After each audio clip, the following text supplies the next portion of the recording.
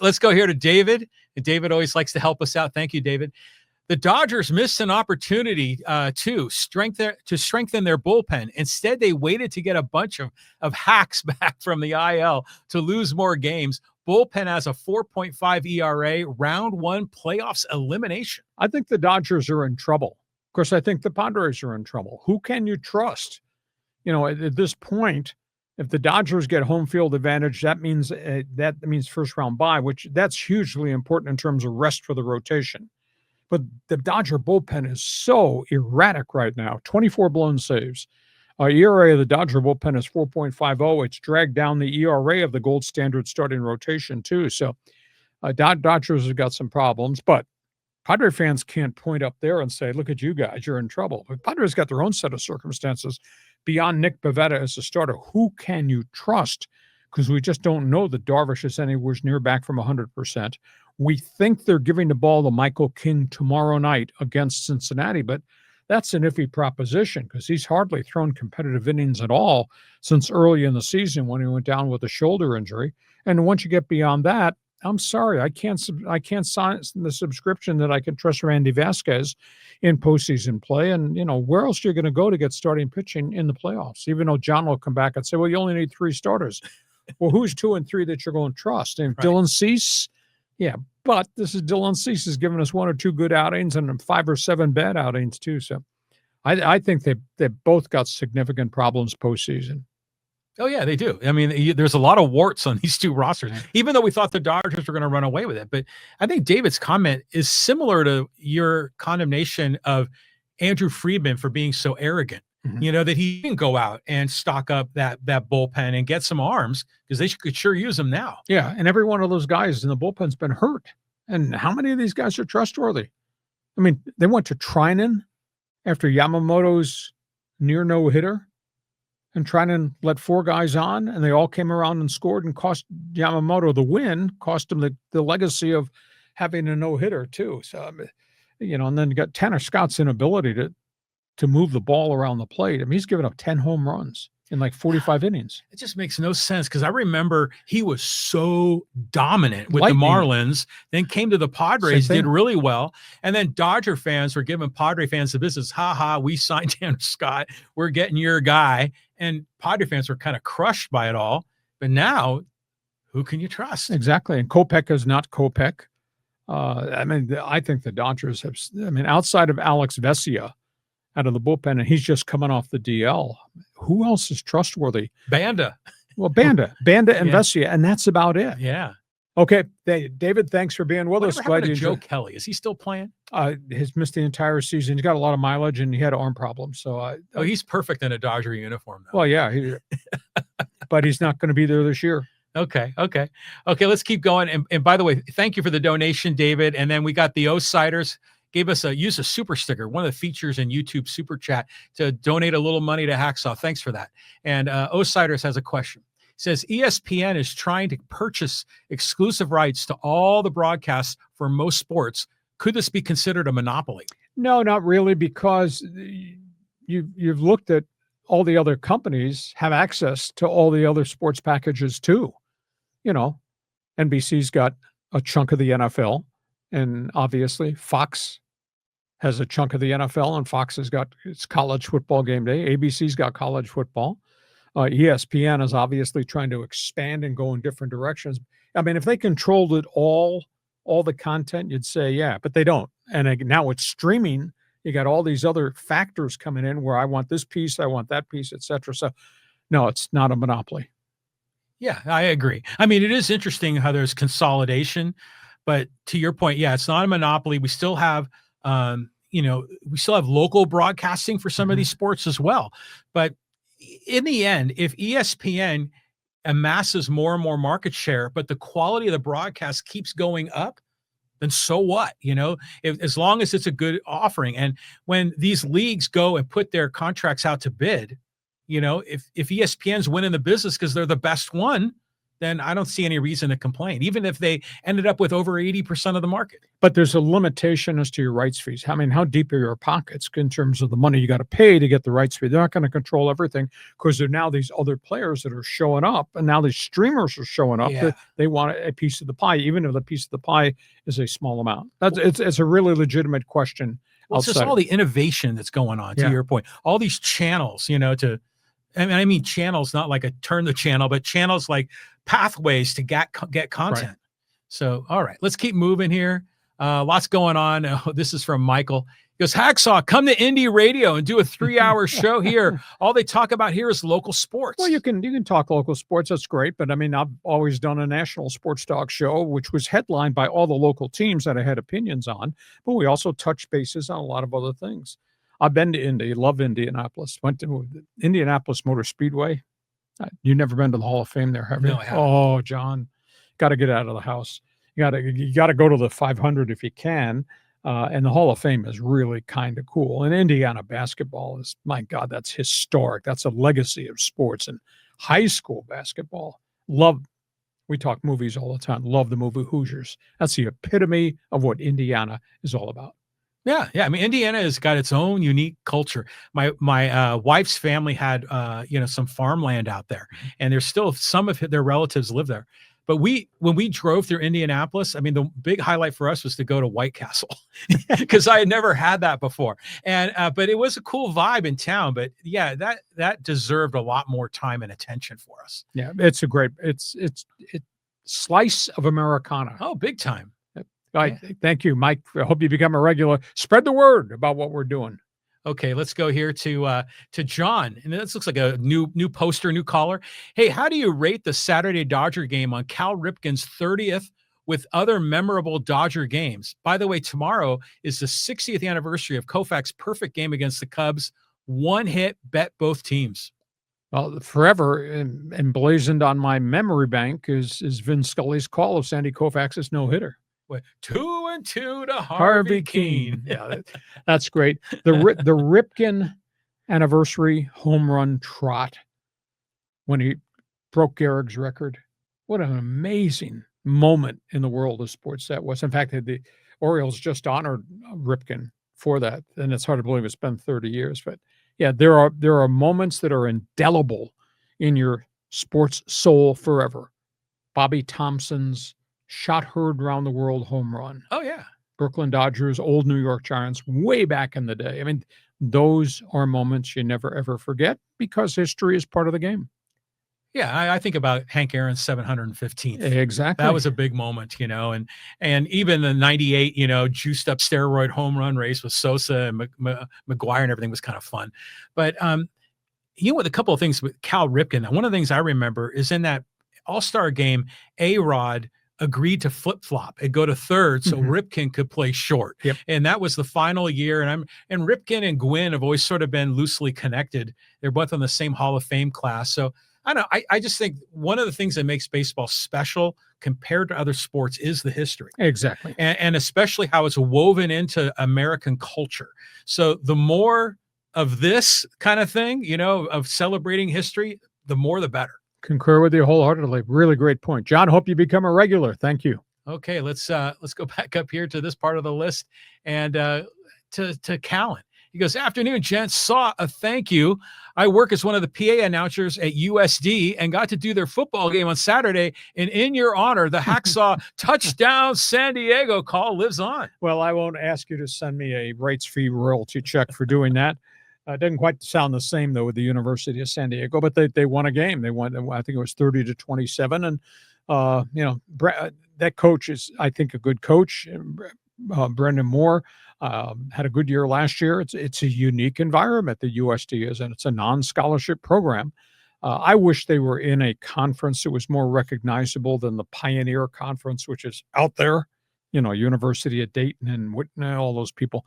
I wish they were in the Big Sky Conference, but that's 1AA football, and that's an enormous amount of scholarship money. But, if you had USD in that conference, that'd give more visibility, more recognition, because the Montanas and the Montana states, Idaho states, that's a pretty good brand of football there. But, where they are in college basketball, and with hats off to UCSD. Oh, yeah. Joining the West Coast Conference in basketball, which is where USD is, and that's kind of cool because Gonzaga is exiting, so they're going to need to make some changes. But USD is kind of a neat place. I just wish it had more visibility, but it does not. They got a good football coach that nobody knows about. They got a really good basketball coach who's gone through a very, very bad time because I don't think he's got the resources. But Steve Lavin maintains he's going to fix this thing. What's interesting with Callan is he comments on our podcast all the time. Good guy, but he's an aspiring sports broadcaster, sports journalist. He's getting some gigs. And I'm just wondering, from your point of view, if someone wanted to get into this business, to do what you've done, do you give any career advice? What would you recommend? Yeah, all the time. I went to a place called Ohio University, had a great school of communications, and that was the foundation that I built my career on because of people I crossed paths with. And it was funny because I have a friend here who works for an eye doctor whose son is at Arizona State now, and they have a great school of communications. Mm-hmm. And he is in that school of communications, and he's doing stuff out in the hinterlands, these small radio stations, doing high school football. And I was talking to a parent about it. And, my son is excited. He gets to do Arizona high school football on a Friday night. I said, flashback. I said, that's where I began. I began in Appalachia, in small market, Ohio. Good for you. I was a voice of the Logan Chieftains. Right on a tiny AM FM station. And we did a big game night broadcast, and that became important. So I tell kids, if you have an interest in this industry, you need to go to a university that has a good communications program. And you can check all that stuff out and find out about internships and find out as a launching point to your career, because it's all about doing games. And we all come from somewhere. And I came from a small community of 5,000 in Logan, Ohio. That's where I started my career. And I go back there and I still see the friends that I had there that I started as a broadcaster. So you can do it. I wound up in the NFL and the NHL. I never ever thought that would happen, but that's how I got my start. That's cool. I could just imagine you like with the Logan Chieftains. Is that what's their name? Just doing the 9-hour Sunday. No, we didn't do 9 hours. Game day broadcast. But we did an hour pregame show on high school football on Friday. That's cool. I mean, that what a thrill for the players. I will bring in a picture of Hacksaw doing high school football. You won't freaking believe it. Oh, I've seen some of those oldie pictures of you. Yes. And you look fantastic. It's perfect in the 70s. Back in the day. Callum, thanks for being with us. Okay, here's 2 quick hits from Royal Sports. He goes, "Go Vikings. I got some money on a win, and Dub Bears are terrible." Okay, I don't know if this is Royal Sports. There's a Canadian sports company called Royal Sports out of Winnipeg. Massively big in terms of selling jerseys and all that. Maybe this is part of the old Canada network, but we'll see what the Vikings do against the Bears tonight. J.J. McCarthy has never done this before, although I will say this. He is surrounded by skill. I mean, he's got those wide receivers, Justin Jefferson, and when they get Addison back, and Hawkinson, the tight end, and they're too deep at running back. That's a pretty good football team. Defense is pretty good, and I think they got a bright light coach in Kevin O'Connell. And in terms of the Bears, we got to see what happens with this relationship of Caleb Williams, new coach Ben Johnson, very different playbook. And they've fixed their offensive line, which was a problem last year. I mean, he took 60-plus sacks. So we'll just see what the Bears look like this year with a lot of new players and a new coach, new philosophy, and whether or not Caleb can be explosive and yet operate under the system that Ben Johnson wants to operate under. Yeah, there was a lot of storylines here. Following Caleb Williams, because he was Oklahoma, USC, and I kind of want to see how he's going to do. It looked nice to see if he can reinvigorate the whole Bears franchise. But even J.J. McCarthy, I'm not sure what to expect. Wasn't last year he had a great camp and then he blew out his knee, right? He had multiple surgeries, for meniscus, and he had the meniscus in camp, and I thought, okay, he'll be back. He never came back, and then he had another setback. Yeah, and so we've never really seen him in a regular season game. So that's what's going to make this interesting. Okay, we move on. Thanks for being with us, Royal Sports. Become a regular. Oh, here's a quick shout out from Angel. Breakfast with Hacksaw and Riley. I'll bring the McMuffin. Well, again, reminder, Thursday, We have a different start time this Thursday only. Coffee and donuts with the dummies. We're going to do a podcast at 9 a.m. on Thursday because John and I both have some travel commitments we have to get involved with. But yeah, and we're still. I don't know how we're going to do it. We're trying to figure out how to get Hacksaw's Insiders Group so John can buy everybody a shot of Jack Daniels. We haven't You're figured bringing that up again. Yeah, we have. I think we now have close to 400 people who part of Hacksaw's Insiders Group, which you get on that by virtue of my website, but you get emails and all that. We've been talking about how do we get this together, and we haven't found a place to do it. So we just got to find a moment in your schedule. Yeah, that's part of the challenge. That schedule's kind of jammed with life. Okay, thanks for being with us. Okay, let's go here to Casey. Hey, good afternoon, guys. Hacksaw, with Dodgers and Padres who are struggling, and the Giants and D-backs have been playing better of late. Do you think Giants and D-backs could be a threat in the NL West race possibly? Well, San Francisco had a run here where they won 11 of their last 12. And I said, they're back. They had gotten within 4 games of the Padres, and then they started losing again. So I just don't know where San Francisco is, but San Francisco is going to play a bunch of games against the Dodgers, and they're going to, the Padres are still in the mix. So I think the Padres have the easier schedule because the Dodgers do have to play Philadelphia, and they got to play Seattle right at the end. And the Padres schedule is a little bit easier, I think, going forward. They get Milwaukee, which is really good, but they get them here right towards the last week of the season, and will Milwaukee be in a position where we're going to rest our guys. So, but they still got to do it. 2 weeks ago when we were looking at the Dodgers, Padres playing all these last place people, I said, no problem. We're going to hot streak together. I haven't seen any hot streaks here lately. Have you? No. I mean, you're still always looking over your shoulder, not just at, the Diamondbacks and the Giants, but, the Reds are back there sort of cooking. The Mets had a hot spell. Now the Mets have given ground again. So, we're all scoreboard watching this part of the year. But remember the year that was this? I think this is the one year when Holiday didn't touch home plate. And remember the Rockies went on that great run in September. They won like 1 million in a row. Yeah, Clint Hurdle and the guys. Yeah. So, I mean, there's still a chance something stupid like that could happen.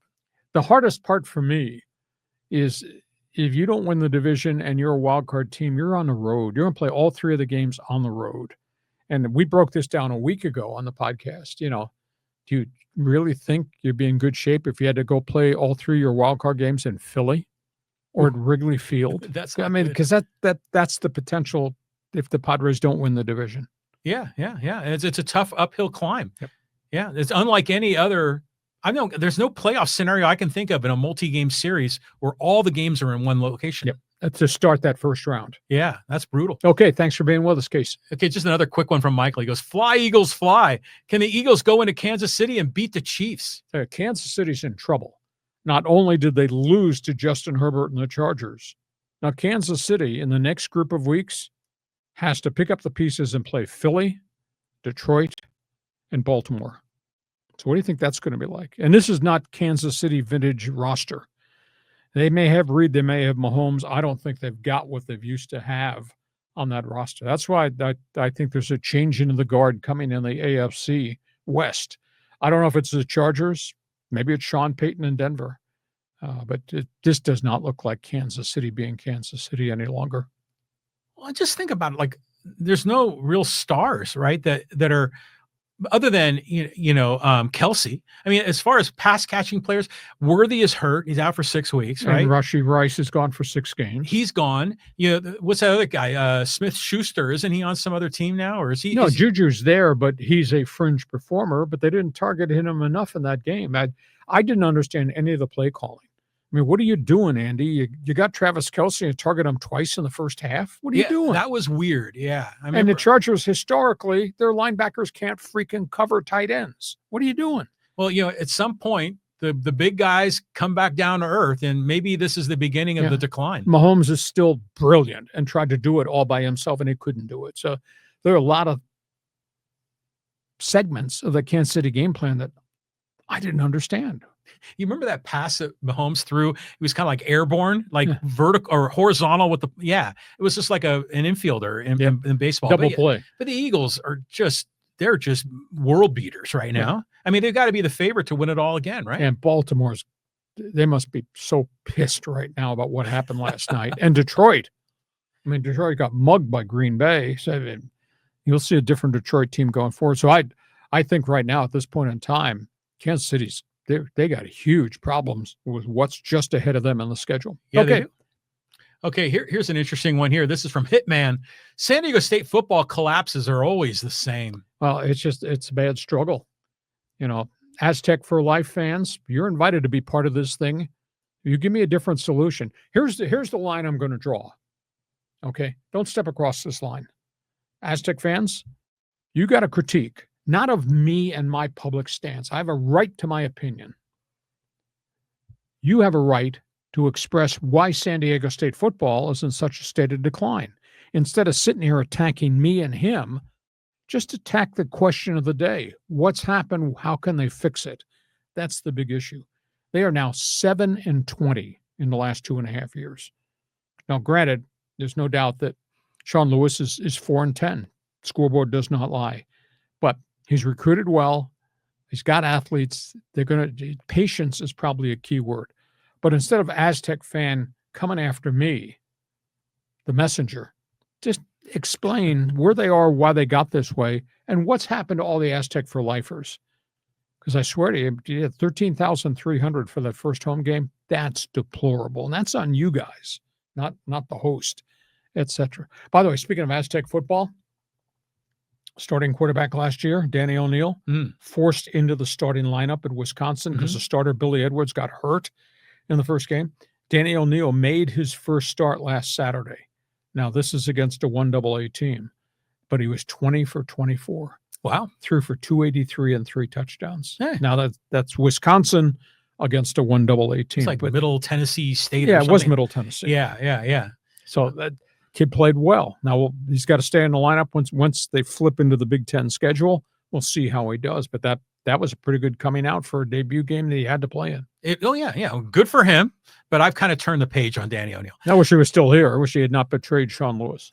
I know. I just think of you and your takes on San Diego State, and I think of Aztec Mike, who's usually always chirping in my left ear on Facebook direct message. And I love Aztec Mike. He's a good guy. Address the questions of why your program is where the program is. But he's a cheerleader for the Aztecs. Everything is rosy. Explain why your best friends are not coming to the games, Aztec Mike. Yeah, exactly. Instead of attacking me. By the way, I was at the press conference. I asked all the legitimate questions at Sean Lewis's press conference and Brian Dutcher's press conference today because I cover it because I like it and I want to support it, but I have to ask the tough questions. Okay. What were the highlights from Dutcher? Actually, they're talking about they unveiled the complete basketball schedule. And they play Oregon, they play Michigan, and they play Arizona. And then they'll probably play in the championship game of the Players Festival in Vegas. Hell yeah. That's 4 big-time non-conference teams. But Dutch's base comment was, we build our resume in November. We qualify for the NCAA tournament by whom we play non-conference in November. It was a great sales pitch. And he talked obviously about the roster. I mean, I think this is the deepest roster they've had under Brian Dutcher. They had great players. No doubt about that. The Mensahs of the world, etc. This is the deepest, most talented, layered roster I think they've ever had. So this is going to be fun to watch. Oh, I can't wait. I mean, I literally cannot wait. And it's only, 2 months away? And I think they'll be able to get going. Yeah. Now, they're not going to have Magoon go out to start preseason camp. That might be late October. Okay. Again, he's coming off the 2 knee scopes. Yeah. But they should be excited. I mean, they've done a great job. He made a comment today I'd never thought about. He said, if you could chart all the players who transferred from schools, we probably have the least number of D1 transfers in the portal based on the culture of our program. He's right. He is right. And do you think there's any chance that Sean Lewis can take the football program to somewhere in the neighborhood of what Dutcher has done, being a Power 5 school in a non-Power 5 conference? That's a lot of work. But can it be done? I just want them to be what they used to be. You know, I went back and did that research piece. I wrote a column about it. They were under Rocky Long and Brady Hoke. They were 106-48. That's good. That's phenomenal. Yeah. Now, do they get nationwide recognition? No. Did they get in the Pac-12? No. Were they really good at this level, that chosen level, the Mountain West? Damn right they were. That's where Sean Lewis has to get this thing back from. But that does not happen with a snap of the fingers overnight. That's why the word of the day is patience. Just need to have patience with the kid quarterback and see if they can grow it. Yeah, I'm okay with it. Kind of a little. It's not going to be a trajectory like this, but as long as Sean Lewis can kind of keep taking the steps, I'm good with it. But they got to win. Well, they got to win. And that was a winnable game on Saturday.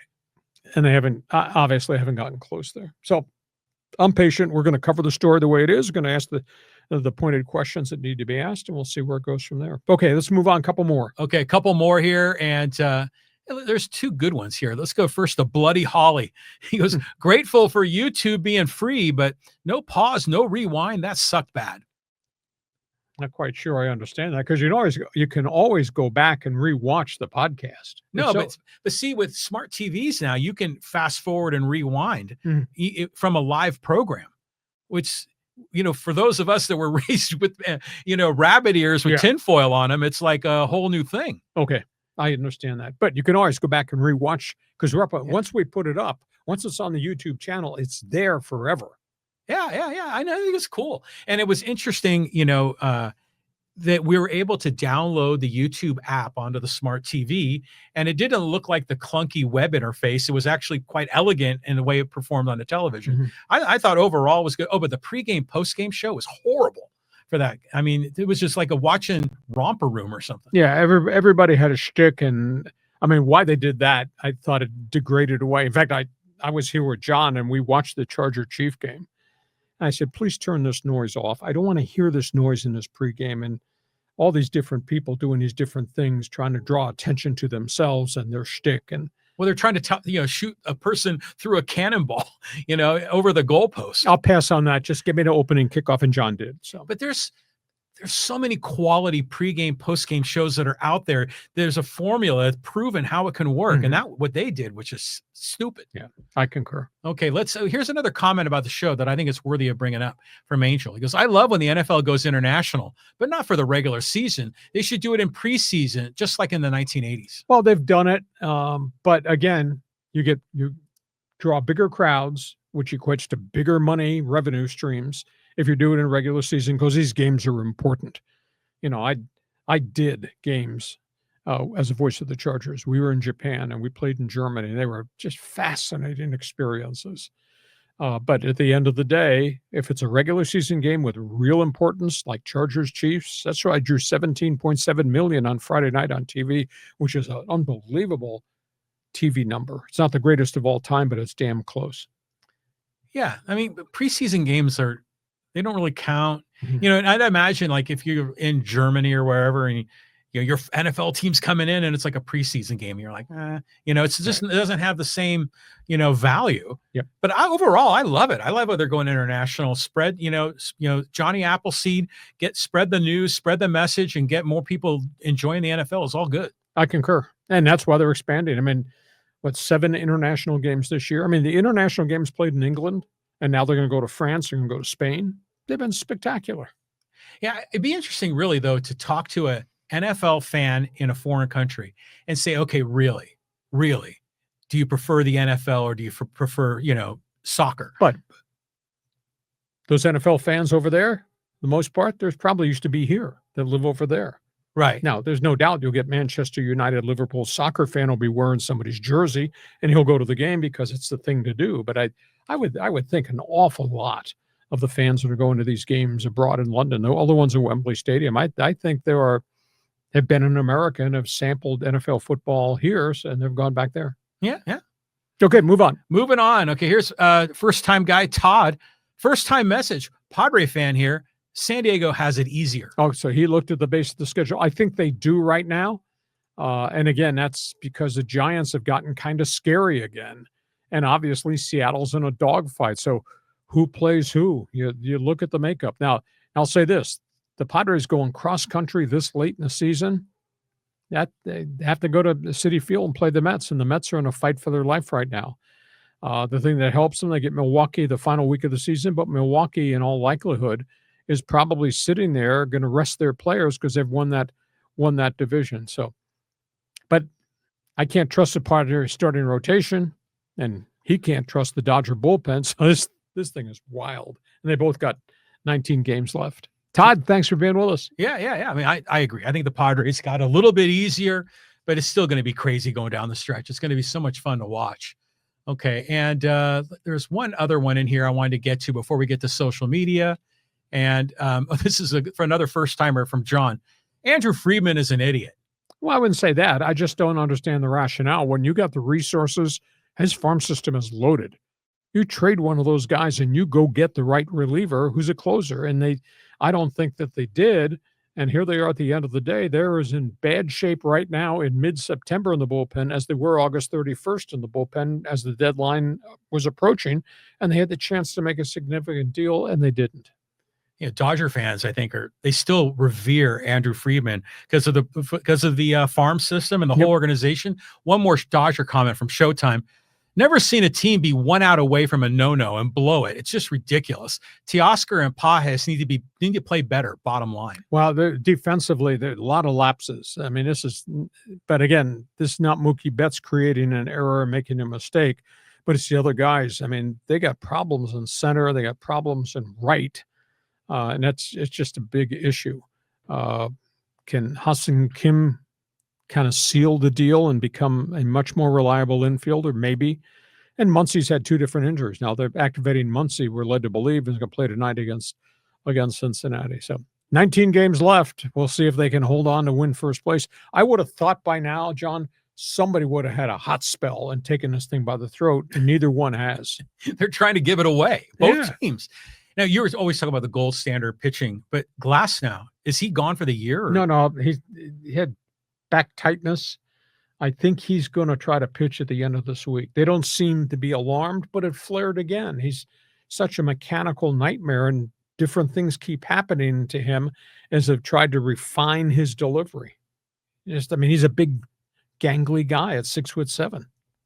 Remember that old kids game Mousetrap? You push a button here or make a lever go this way. There's a name for that.